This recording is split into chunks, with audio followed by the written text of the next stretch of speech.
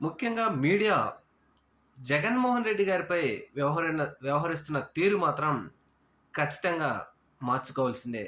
ఎందుకని ఈ మాట చెప్పుకోవాల్సి వస్తుందంటే, ఈరోజు తెలంగాణలో తిరగబడ్డ బీఆర్ఎస్ కార్యకర్తలు రాబోయే రోజుల్లో ఇప్పుడు ఏ విధంగా కేటీఆర్ మీద వీళ్ళు ఇటువంటి వార్తలు రాశారో, దానికి మించి జగన్మోహన్ రెడ్డి గారి మీద వార్తలు రాస్తూ ఆయనను అబాస్పాలు చేస్తూ వారి ఇంట్లో మహిళలను కూడా దూషణలకు దిగుతా ఉన్న ఈ మీడియా ఇలాగే గనక చర్యలు జరిగితే రాబోయే రోజుల్లో ఇప్పుడు సమన్వయం పాటిస్తున్నటువంటి కార్యకర్తలు కానీ ప్రజలు కానీ ఎదురు తిరిగితే ఏ విధమైనటువంటి పరిస్థితులు రాష్ట్రంలో నెలకొంటాయో ఒకసారి మీడియా ప్రతినిధులు కానీ యూట్యూబ్ ఛానల్స్ కానీ యూట్యూబ్ ఛానల్ నిర్వహించే పెద్దలు కానీ మీడియా ఛానల్స్ నిర్వహించే పెద్దలు కానీ ఖచ్చితంగా ఆలోచించుకోవాల్సిందే. ఎందుకంటే ప్రజల్లో తిరుగుబాటు వస్తే గనక దాని వలన ఎదురు దెబ్బలు తగులుతాయి. ఖచ్చితంగా గమనించి తీరాల్సిందే.